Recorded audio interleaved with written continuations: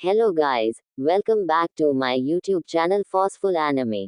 Today we are back with a brand new fanfic. Video title, Betrayed Naruto Returns Stronger, the Jungle Predator Story. If you enjoy this fanfic, don't forget to like the video, subscribe to the channel, and turn on the bell icon for more amazing anime fanfics. And now, let's begin the story. Once upon a time, after getting the report on the failed Shash retrieval mission, the council was in an uproar. The civilians and elders were blaming the failure on Naruto Uzumaki while the clan heads and shinobi council were defending him. That demon brat is the reason why we lost to Uchiha-sama. I say we execute him as a warning to all of our ninja who fail important missions. Our merchant civilians said while the rest agree. The clan heads mostly were releasing murderous intent on these power-hungry fools. How dare you? That boy has done nothing but stay loyal to this village, and just because he failed to bring back that Uchiha you want to execute him. She yells because she respects Naruto for his loyalty to the village that has scorned him since he was born, while Shibi nods. I see no logic in executing the boy for a failed mission. I agree with Suman on this. Yasha Haruno snorted like we care what your freaks think. That boy is the reason why we lost the most powerful bloodline in our village. Shibi's hand twitched while some snarled at the pink head. I'd rather be freaked than a hungry. And if you insult me one more time, Haruno, I'll rip out your vocal cords. She said while flexing her claws to prove her point. Shikaku decided to speak up. Just because you can't tell the difference between the fox and the boy doesn't give you the right to execute him. For all we know, it could result in the fox breaking free and continuing what it started 13 years ago. The nurse stated, what would the Yandime think if he saw how your fools were dishonoring his last wish? Enenoi asked, who cares what he thinks? He's dead and it's because of that brat. Another civilian council member says. The arguing continued for 15 minutes until Tsunade slammed her fist on the table. Enough. Ner will not be executed because he falls under my jurisdiction due to the fact that he's a ninja. Your civilians have no say in the matter. The last Sanu said, no, but if the majority of us order his banishment, then you can't do anything about it. Hokage-sama, Danzo said with a smirk on his face, as do the elders.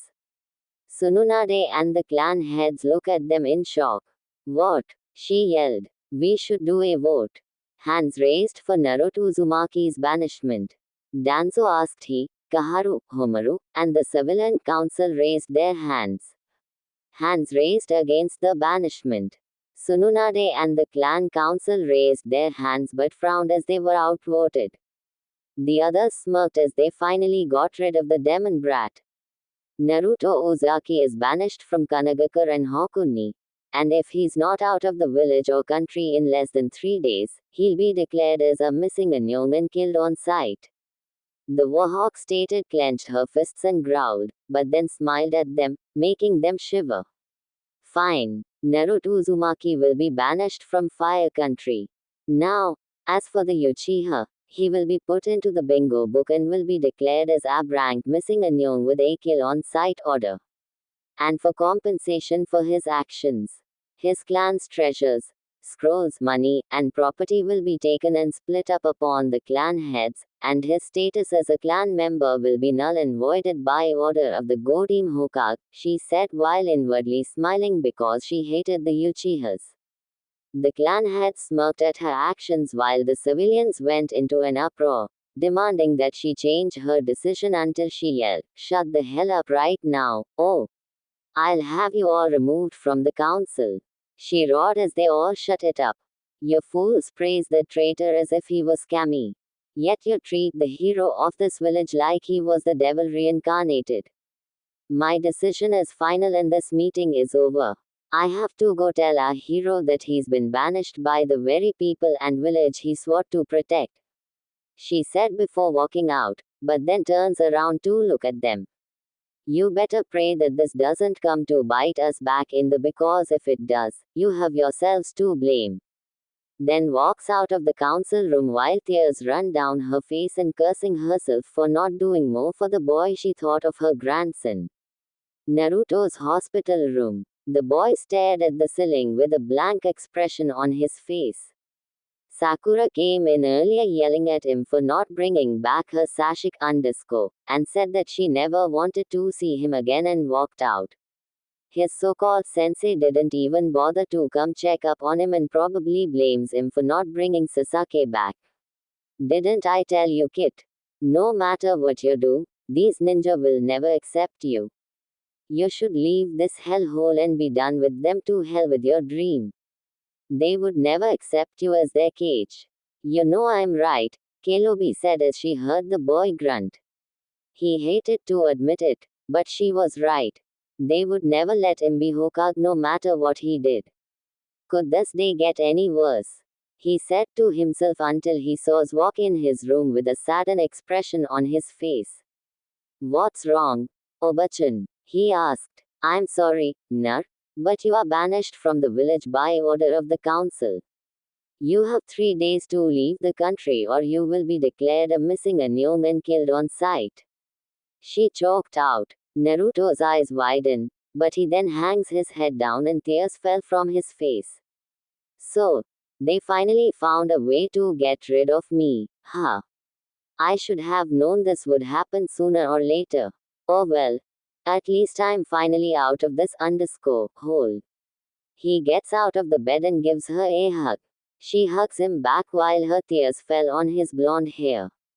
Goodbye, Oka-sanan, and give Ne-chan and Tatan a hug for me, he says and lets go of her as she sobs while clutching her arms. Nar then heads back to his apartment and packs everything he has, but burns all of those jumpsuits he had and puts on a black one on. He then sneaks out at night, but not before blowing up his apartment complex as a distraction. He then heads out of the gate without looking back at the village because it was no longer his concern. He was free to live his life and didn't have to worry about people glaring at him or trying to kill him on his birthday. He smiled a true smile and muttered 2 words. I'm free, Ha said as he vanished into the dark forest. At the Hokage Tower, Tsunade was sitting in her office drinking her sake while Shizune sighed. That's when Jiraiya appeared in a puff of smoke, grinning. Hey, Haim, how's it going? He asked in a cheery voice. Jiraiya, please. I'm not the mood to deal with you right now, she said while looking out the window. The Toad Sage looks at her with a confused look on his face. What's wrong? Did the jockey switch your sake with toilet water again? He asked and snickered at the memory. Looks up at him and glares. No, you backer, it's worse. The retrieval mission failed and those barkers on the council blamed him for it failing and they banished him. She cried and slammed the sake bottle on the desk. Jiraiya gave her a look of shock. I must have had something in my ear. Haim, care to repeat that? He asked again. They banished him. Damn it, he's gone. Jiraiya gone, she yelled while tears fell from her face. They what? Those barkers. Those short-minded, ignorant, self-centered barkers. Do they have any idea what they just banished? He yelled, releasing murderous intent like no tomorrow. Jiraiya started to say, but then he glared at her. Please, I don't want to hear it. Not now, Monado, you stupid fool. You should have let Mayor Sensei seal the fox into your zone. He growled and then left the office, but not before slamming the door hard, scaring Shizune and Tonen, who was hiding behind the Maiden. Well, that went well, she mumbled. That was when Kaharu and Homiya walked in like they were in charge. But Tsunade looked up at them with hate in her eyes. If you've come here to tell me to take the traitor out of the bingo book, then you better get out before I decide to use you two as my personal punching bags, she said in a dark tone and then cracked her knuckles.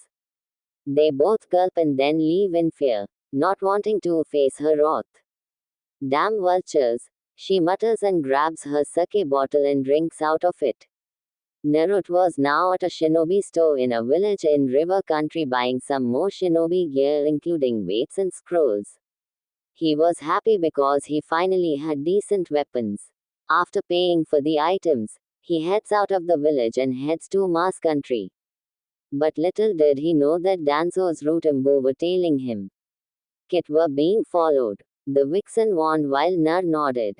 I sense 10 of them, he says as he pulls out a few smoke bombs out. He then throws them to the ground and they explode into a black smoke screen. Nar takes this opportunity and runs into the forest at top speed. There's no way I'm fighting those guys, he muttered as he continues to run. Back in Kona was pissed. No, he was beyond pissed. He was no mad that if looks could kill, no one would be alive right now. He was so tempted to summon Gamabunta and let him raise this village to the ground but couldn't. He went from pissed to angry to sad. He failed. He failed Monado and Kusher and failed his godson. To make it worse, he believed Serbi when he said he would make sure Nar was taken care of. I can't believe that I thought Sensei would look after him. I'm such a fool. I never should have believed him. I should have taken him with me when Kusha disappeared. Some godfather I turned out to be. I'm sorry, Monado. I failed, he said as he headed out of the Meg gate. This village was beyond saving. It is nothing more than a rotting leaf ward will wither away with Nar. The blonde Ginuriki is not having a good day. He was tired, exhausted, and pissed. His black jumpsuit had tears, scotch marks, and cuts on it, and blood was coming down his face from his forehead. He was clutching onto his right arm that had a gash on it and couldn't get it to stop bleeding because the sword one of the roots used was coated with poison that stopped his healing abilities. Right now, he was backed up against a tree and was panting heavily. He managed to kill one of them, but the rest were closing in on him. This is it. I'm going to be killed. Damn it. I can't let it end like this. But what do I do? Time begins to slow as the root members charge at him with their blades poised to kill. But then they suddenly stop when they heard growling. Then more growls are heard around the dense jungle. What kind of animal sounds like that? A male root Ambo asks as he looks around. They suddenly tense up as they see a pair of glowing red-slitted eyes staring at him from the bushes. Then more appear. Only the eyes range from green, yellow, orange, and red. The root Ambo were surrounded by the glowing eyes and were waiting for them to attack. The first pair of eyes appear out of the bushes as its growl increase. Danzo's drones had look of shock, awe, and fear. What the hell is that? A female root asked as she readied her ninjutsu to kill this strange creature. The creature was in a way reptilian. It was 6 feet tall, 13 feet long, and weighed around those of pond. Its skin tone is a blackish brown color, had a 2 light blue stripes starting from its neck to the end of its tail and was white on the bottom. The creature also had a crest on the middle of its nose that was red, and it had feather quills on the back of its head that stopped to the end of its neck. Red eyes with slit was staring the root down. It also had a long, thick tail that it could probably be used for combat. But that's not what freaked them out. On its long arms were 3 pairs of long black curved claws that appeared to be razor sharp. And on its feet were 3 claws. But the third one was longer and stood straight up and looked like it could cut a person open with a mere twitch. The creature then snarled and opened its maw, revealing a pair of razor-sharp teeth that could rip through flesh like it was paper. This creature was a raptor, a predator beyond predators. It then crouched down a little while growling and then leapt into the air, shocking the root and Nar, not believing that a creature of that mass could jump so high. It then landed between Nar and the drones and looks at Nar with a calculating eye, said Blonde felt like pissing his pants as it moved its large head towards his and sniffed him a few times. Its eyes widen a little but then return to normal and then turns its body towards the roots and snarls at them. It then lets out a high-pitched roar shocking everyone. It lasted for a few seconds into the roots' fears. 13 more of them appear from the bush and in different colors. Some were dark brown with green slitted eyes. Others were whitish gray with blackish brown spots and yellow slitted eyes, and the rest were orange with tiger-like stripes and orange slitted eyes. They had the roots trapped and were approaching them with caution. The raptors snarled and hissed at them. Saliva was dripping from their teeth and their claws were poised to attack. Each one was anxious to rip them apart and to have the taste of flesh and blood in their mouths. Adrenaline was pumping through their body. They were excited at the fact that they'll eat well since there is plenty of food for them. They were waiting for their leader to give the command. They were ready. These ninja had the nerve to intrude in their territory and now they were prey. The Root were trembling in fear but held their ground with their swords ready to strike. The Alpha, in Naruto's opinion, looked like it had a grin on its face, almost as if it was mocking the masked humans who thought they were the dominant species. The Predator snorted at the thought. His species are natural-born killers. They know the surroundings of this place through their genes. He will admit the ninja he's faced, killed, and eaten may have gained unique abilities, but they were still weak in his opinion. Not to mention that they are cowards who will betray each other at the last second. For some reason, Ner felt sorry for the Roots. He also prayed to Kami that the leader wasn't saving him for last because he didn't want to be on the menu. That was when the leader let out a loud roar that probably meant attack. The raptors roared back and then charged at the Root with the intent to kill. One Root rushed at one of them and thrusted his blade forward and having it impale the creature's head. The raptor, to the shock of the masked ninja, dodged the blade and lunged forward with its maw opened, ready to crush his head while the ninja tries to block the attack with his arm. Big mistake. The raptor clamps its jaws shut on his arm. He screams out in pain at the pressure from the bite and tries to use the sword in his free hand to stab the predator in the throat, but another one appears behind him and bites down on his shoulder.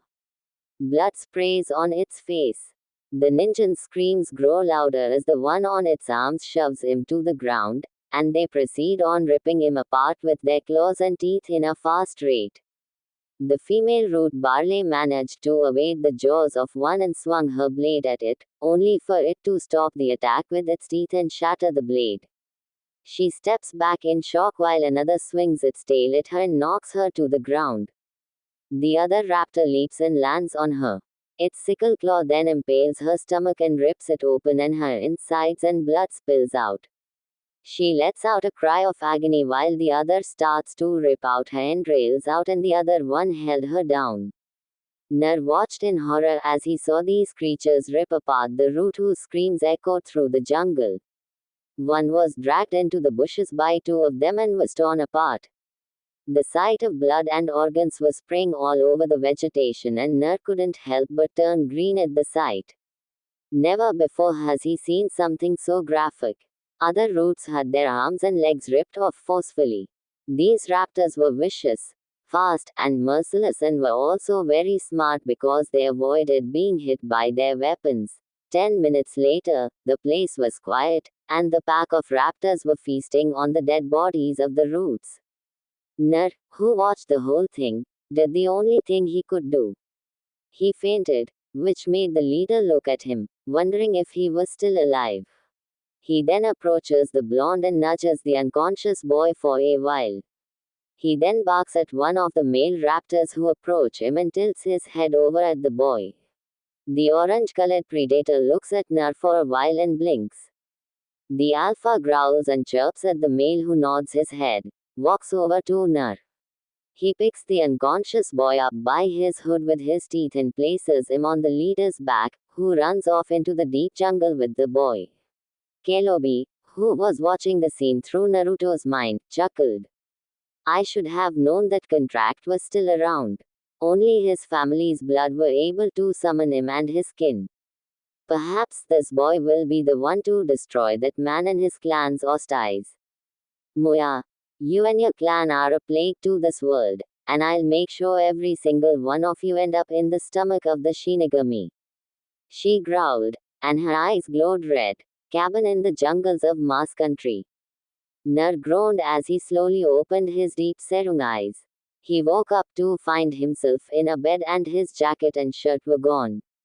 He had his pants on, but his chest, right arm, and forehead was bandaged. He looked over on a desk and saw a bowl of fruit and cooked meat on a plate. Nar got up but grunted out in pain because of the pain in his arm. He then walked over to the plate and took a piece of meat off it and sniffed it. He then licked it with his tongue and took a small bite out of it. After he swallowed it, he then took a bigger bite out of it and proceeded to eat that and the fruit. After he ate it, he found a pair of blue cargo pants and a white shirt laid out for him.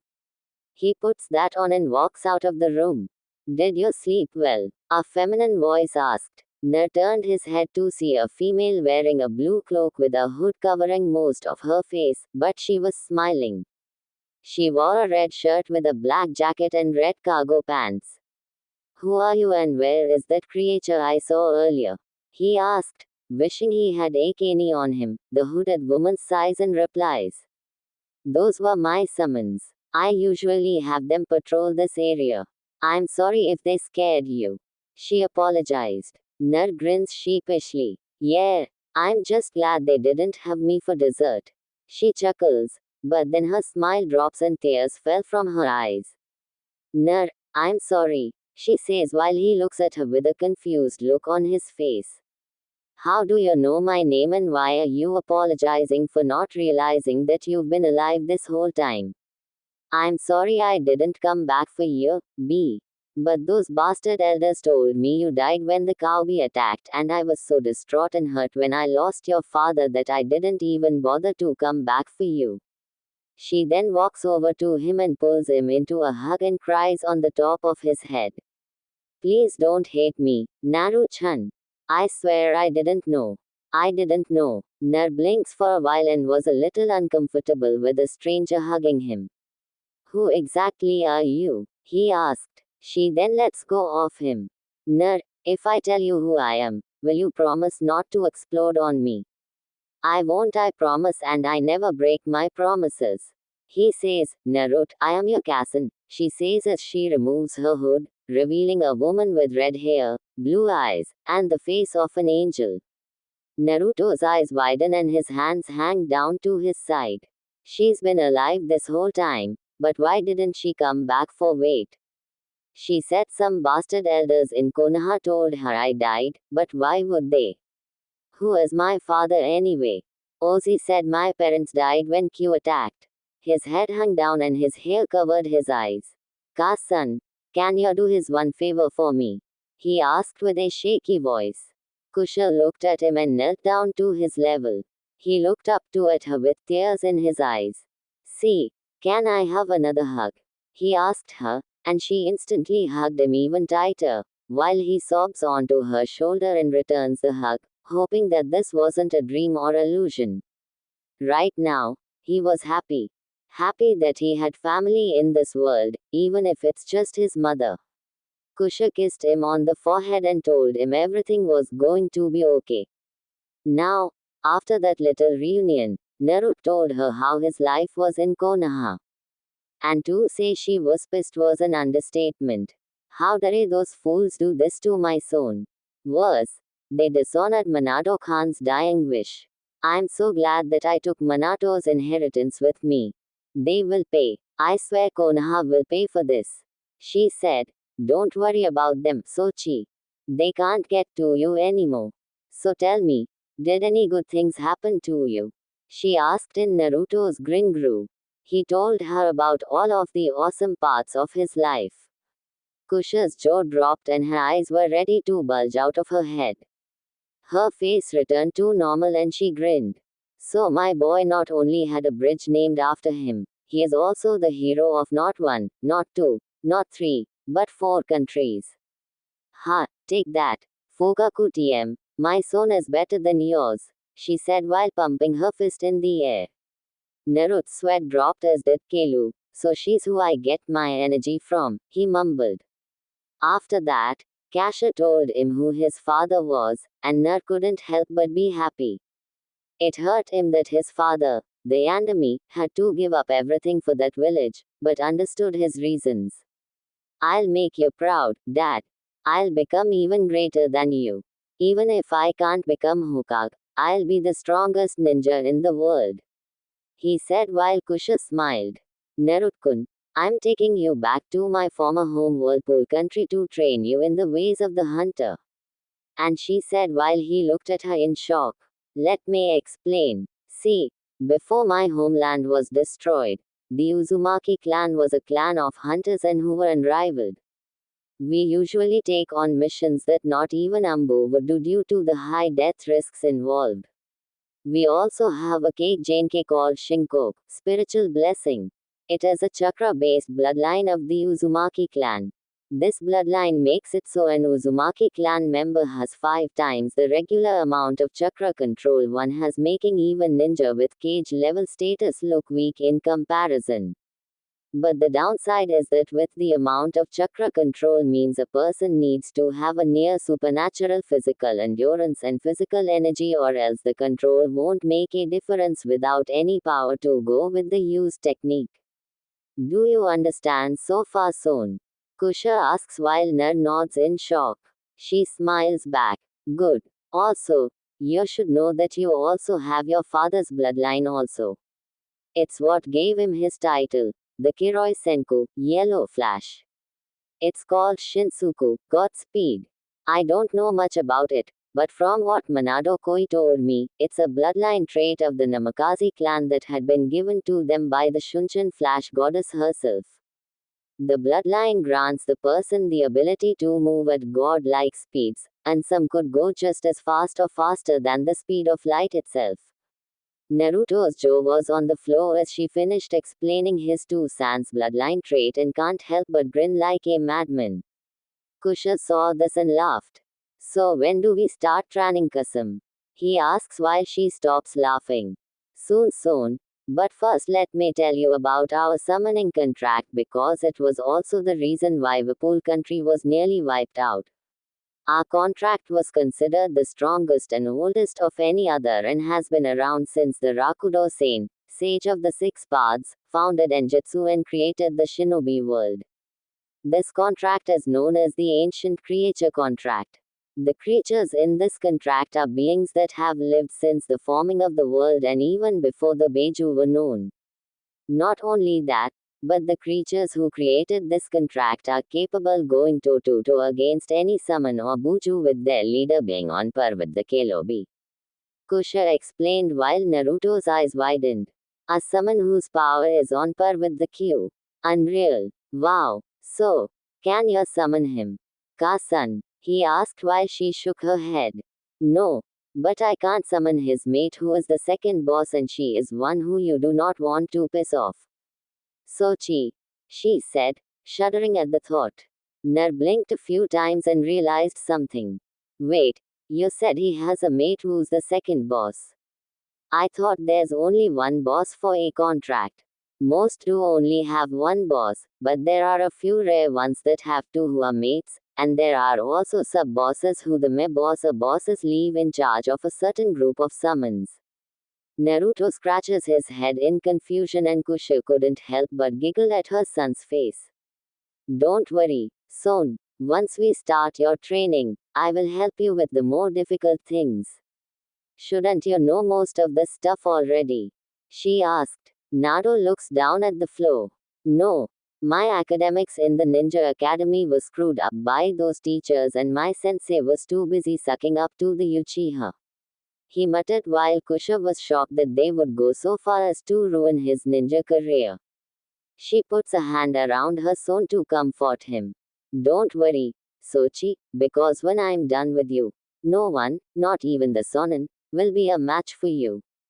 Kusha then gives him a serious look. Listen, Nar, the training I'm going to give you is not something you should take lightly. I'm going to work you to the ground and to the point where it'll hurt for you to blink. It's possible that you could die during this training. Do you still want to do this, Nar? Nar looks at her and can tell that she is not kidding. He purrs for a moment and then nods. Yes, I want to do this, Kasam. I don't care how tough the training is. I want to make you and dad proud of me. I will too, and I will become so strong that even the heavens will know my name. I swear on our family's name that I will not let you down. Sunny said as his blue eyes burned with strength and determination. Kusha couldn't help but smile at his determination. She then walks over to the couch and picks up a black coat that has white fur around the collar. The Nadine's outfit minus the armor. Here, son, put this on. We're going to Whirlpool Country to start your training. I also know a few friends in Kuryaka that can help you also. I know about this Akatsuki group that's after you. So, we should get going. Narut nods, but is curious about something. I thought Whirlpool was destroyed. Kasam, said Namakazi, rubbed the back of her head in embarrassment, and a blush appeared on her face. The village, yes, but not the environment. There are still plants and animals there, but most of them are dangerous and full of creatures that most people haven't seen. Nurse sweat drops at his mom, forgetting something important. Oh, he says, and puts the coat on. Shall we get going, Khan? Nur asks while she nods. Yes, let's go and start your tour.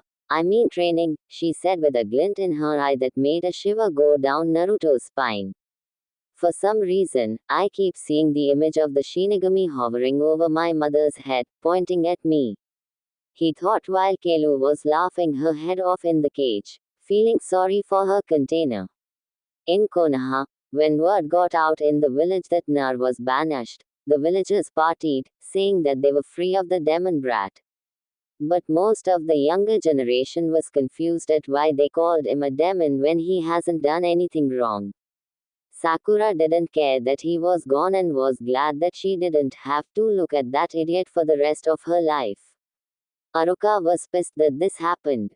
And when he heard Kakashi say that he didn't deserve to be a ninja due to his lack of skill and talent, he punched a man right in the face and sent him flying into a building and threatened to underscore him if he ever said anything bad about Nar. The same went with everyone else who insulted Nar, who read Kakashi's reports on the team's progress was pissed. He only taught Naruto and Sakura tree climbing while he taught Sasuke the Chidori, some fire jutsu, and Lee's taijutsu style. Hokage Taoyunade was giving the son of the White Fang her most cold and icy glare while he was shifting his feet around nervously. The other Junin sensei were in the room looking at Kakashi wondering what he did to piss off the female son. I've read the reports on your squad's progress, Hitaki, and I have to say this is the biggest load of crap I've ever read. She said while he looked at her nervously. Vaksama? He asked, but then jumped when she slammed the report on the desk, making Shizune and the others cringe. Cut the underscore, Hitaki. I'm talking about how you trained your students. What the hell have you been doing with them? She demanded while Kakashi gulped. Vui, he started to say, but then was cut off by the leader of Konoha. Shut up. I don't want your stupid excuses. I want the truth. Now tell me why you only taught Nar and Sakura tree walking while taking that Uchiha brat off for private training. Everyone's eyes grew wide when they heard that. What do you mean, Hokage-sama? Asuma asked while looking at Kakashi, who had a bead of sweat going down his face. Then looks at the other Junin senseis. Tell me, Guy, you have the most experienced team right now. So tell me, what have you taught them for the last year? She asked. Guy then rubs his chin for a while, then answers. I've taught them the chakra control exercises, had them work on their teamwork, and offered them some extra training if they wanted it, as well as gave them advice if they needed anything. The spandex wearer answered. Tsunade nodded and looked at Karani.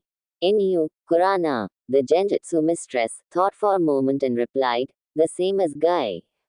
And if I couldn't help them with their questions or give them good advice, I would recommend another person to help them.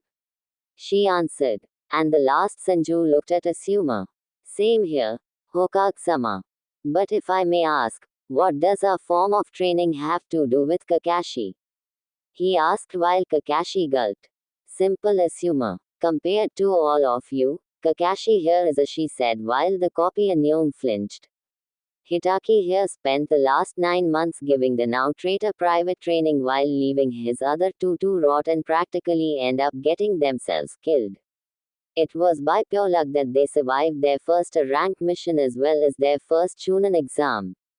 What's worse is that when the now banished Naruto Uzumaki asked him for help when he had to face Nehyuga for the Chunin exams, he refused to help him and left him with a Junin who was like most of the villagers.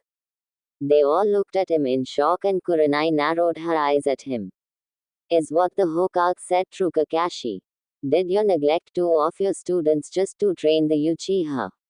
She asked, saying the traitor's name with venom in her voice while the silver-haired Junin just looked away. Answer her question, Hitaki.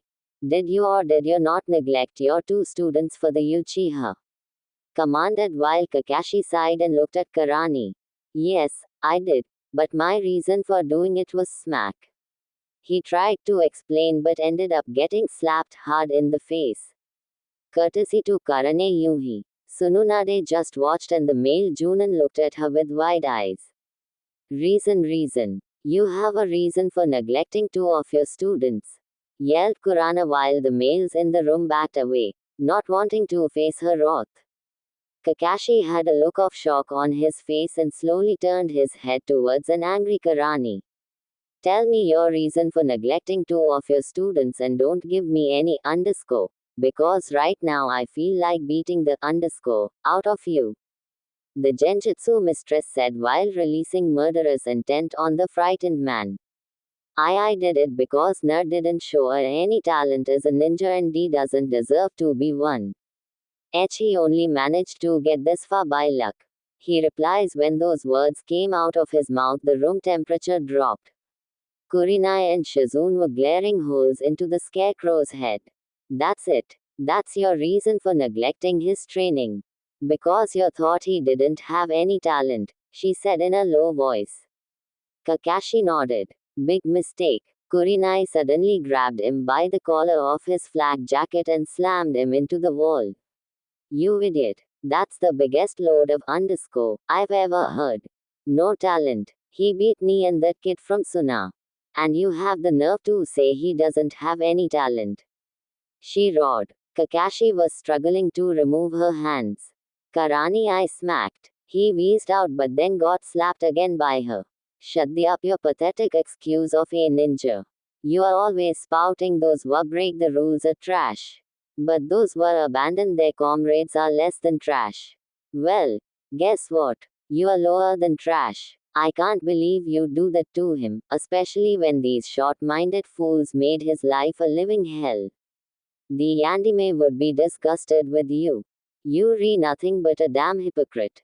She yelled while Asuma and Guy struggled to get her off of Kakashi. When they do, Kakashi falls to the ground, gasping for air, while Kurana gives him her deadliest glare and spits on his face and calls him scum. Guy and Asuma release her and she storms out of the room and slams the door while they just stare at the door while Asuma rubs the back of his head. Oh, sorry about her outburst. Hokage-sama, he says while the last Sinu waves it off. Think nothing of it, Asuma. I don't blame Kurana for snapping like that. You and Guy are dismissed, she said. And they nod, but send Kakashi their own glares and then Shunchan out of the tower. Sununade then gets up and slowly walks towards Kakashi who was still on the ground with his head down. She then grabs him by his hair and lifts him up till his eyes meet hers. Consider what Karina said to you as a form of mercy. As for your punishment, you are being demoted to Chunin status and you will be spending the next 2 years doing double guard duty and will also be doing C rank missions and your pay will be cut in half after every mission. After that, you'll be teaching at the academy until you do fit for the Junin rank. Now get out, Chunin. Your shift starts tomorrow and if you're late even once, I'll have you thrown in jail for insubordination and your pawn books will be burned by Kuriyui or any other kunoichi I pick. And tell that pink-haired brat outside to enter. She said as she released him and he walked out with his shoulders slumped. After he walked out, Sakura walked in with a nervous look on his her face. Why you wanted to see me? Hokage-sama, she asked while the Sanju walked back to her desk and sat down. Yes, I did. And I want to let you know that your shinobi license is of right now suspended, she said while said girl jumped out of her seat with a shocked look on her face. What? Why? She yelled out. Shut up and sit down, brat. Sununade ordered and she did while whimpering. Look at you. You are pathetic and an embarrassment to Kunoichi everywhere. You young lady are going back to the academy to get re-educated and also you'll be doing solo dank mission without pay. Depending on how you progress, I might reinstate your license and you can forget about being my apprentice because you don't deserve it. Now get your sorry out of my building, she ordered, and the pink-haired girl left the office wondering what she did to deserve this. Nate Cyan looks out the window and can't help but think that Naruto's banishment will come back to bite them in the butt. And that is one bet she will no doubt win. Naruto Uzaki is banished from Kanagakure and Hokuni. And if he's not out of the village or country in less than 3 days, he'll be declared as a missing unknown and killed on sight. The Warhawk stated. You fools praise the traitor as if he was Kami. Yet you treat the hero of this village like he was the devil reincarnated. My decision is final and this meeting is over. I have to go tell our hero that he's been banished by the very people and village he swore to protect. Said. Didn't I tell you, kid? No matter what you do, these ninja will never accept you. You should leave this hellhole and be done with them. To hell with your dream. They would never accept you as their cage. You know I'm right, Kelobi said to her container. I'm sorry, Nar, but you are banished from the village by order of the council. You have 3 days to leave the country or you will be declared a missing unknown and killed on sight. She choked out. Naruto's eyes widened, but he then hangs his head down and tears fell from his face. So, they finally found a way to get rid of me, huh? I should have known this would happen sooner or later. Oh well. At least I'm finally out of this hole. They what? Those Bakas. Those short-minded, ignorant, self-centered Bakas. Do they have any idea what they just banished? He yelled, releasing murderous intent like no tomorrow. Jiraiya started to say, but then he glared at her. Please. I don't want to hear it. Not now. Minato, you stupid fool. You should have let Mayor Sensei seal the fox into your zone. He growled and then left the office, but not before slamming the door. I can't believe that I thought Sensei would look after him. I'm such a fool. I never should have believed him. I should have taken him with me when Kusha disappeared. Some godfather I turned out to be. I'm sorry, Minato. I failed, he said as he headed out of the Meg gate. The raptors roared back and then charged at the root with the intent to kill. One root rushed at one of them and thrusted his blade forward and having it impale the creature's head. The raptor, to the shock of the masked ninja, opened, ready to crush his head while the ninjist. The raptor clamps its jaws shut on his arm. He screams out in pain at the pressure from the bite and tries to use the sword in his free hand to stab the predator in the throat, but another one appears behind him and bites down on his shoulder. Blood sprays on its face. The ninja's screams grow louder as the one on its arms shoves him to the ground, and they proceed on ripping him apart with their claws and teeth in a fast rate. The female root Barley managed to evade the jaws of one and swung her blade at it, only for it to stop the attack with its teeth and shatter the blade. She steps back in shock while another swings its tail at her and knocks her to the ground. The other raptor leaps and lands on her. Its sickle claw then impales her stomach and rips it open and her insides and blood spills out. She lets out a cry of agony while the other starts to rip out her entrails out and the other one held her down. Nar watched in horror as he saw these creatures rip apart the root, whose screams echoed through the jungle. Did you sleep well? A feminine voice asked. Nar turned his head to see a female wearing a blue cloak with a hood covering most of her face, but she was smiling. Who are you, Nar? I'm your son, she says as she removes her hood, revealing a woman with red hair, blue eyes, and the face of an angel. Narutkun, I'm taking you back to my former home, Whirlpool Country, to train you in the ways of the hunter and assassin.